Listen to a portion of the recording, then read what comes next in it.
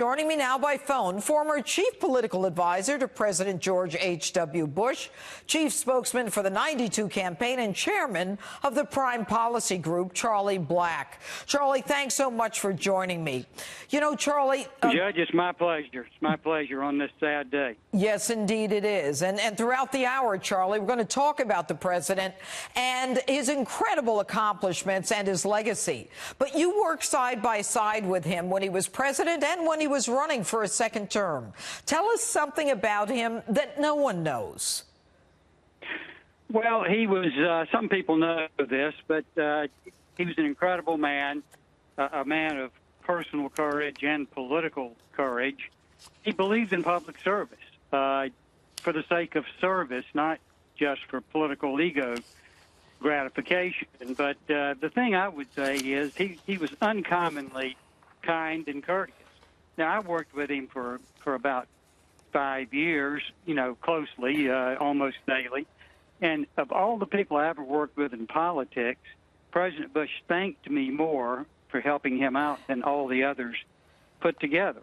During his presidency, I did hundreds of TV interviews on his behalf. I defended his tax increase when he broke the tax pledge over and over on television. And he would call me, or when I saw him, he would say, you've taken many bullets from me on this, and I have to thank you for it. And, of course, I would say it's a privilege and an honor to work for you, Mr. President. You don't need to thank me, but he kept thanking me.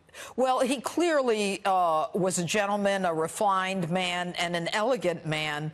But you seem to indicate when we talked a little earlier today that he wasn't a man who put his finger to the winds and tested for the political calculus or decided things based upon polls. No, he had the.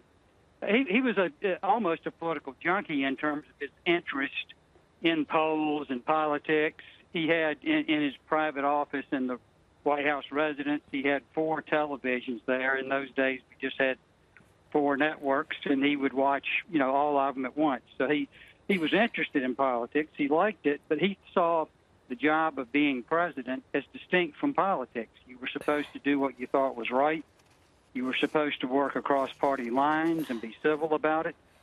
You know, Judge, 2 of his best friends in the world were Democrats, Lud Ashley from Ohio and Sonny Montgomery from Mississippi, who were congressmen he served with in the 60s, 20 years before he was president.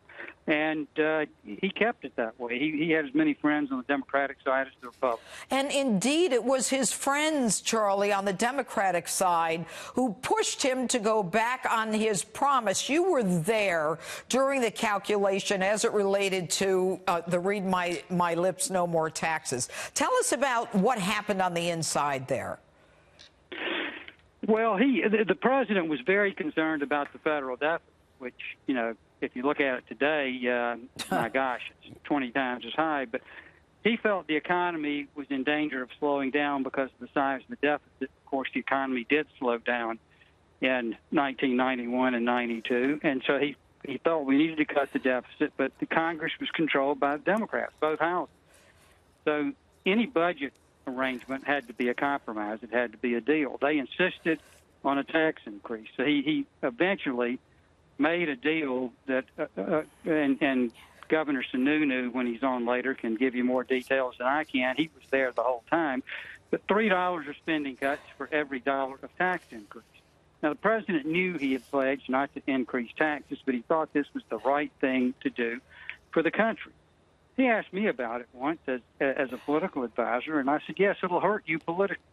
If you break that pledge, it'll hurt you politically.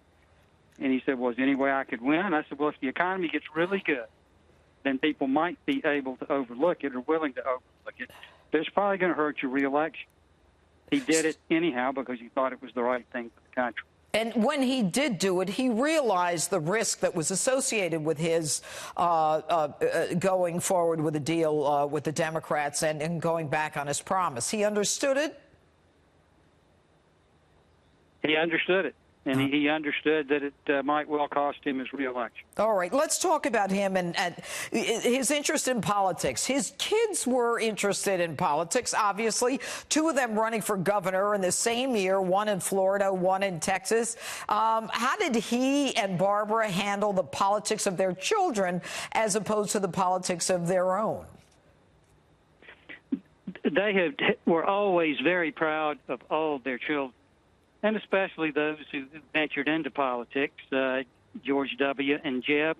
When they both ran for governor in the same year, I mean, they were keeping up with the races in detail and talking to their sons on a regular basis. And the interesting thing was, as we approached Election Day in 1994, it looked like George, President Bush 43, had a better chance to be elected governor of Texas than Jeb did to become governor of Florida. He was behind in the polls. So even though the Bushes were in Houston and were prepared to be in Austin with George W. Bush on election night, they ended up getting on a private plane at the last minute and flying to Florida to be with Jeb.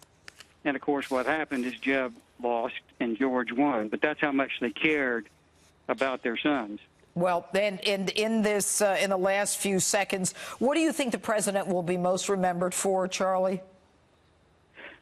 He should be, and I hope he's most remembered for his masterful diplomacy and foreign policy expertise. Yes. Ronald Reagan won the Cold War, but finishing the Cold War and cleaning it up and leaving a unified Europe and a cooperative Soviet Union took a lot of hard work.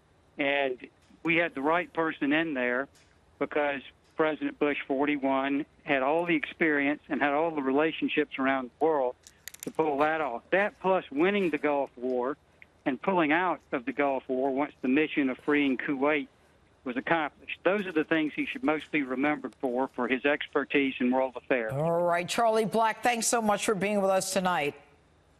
Thank you, Judge.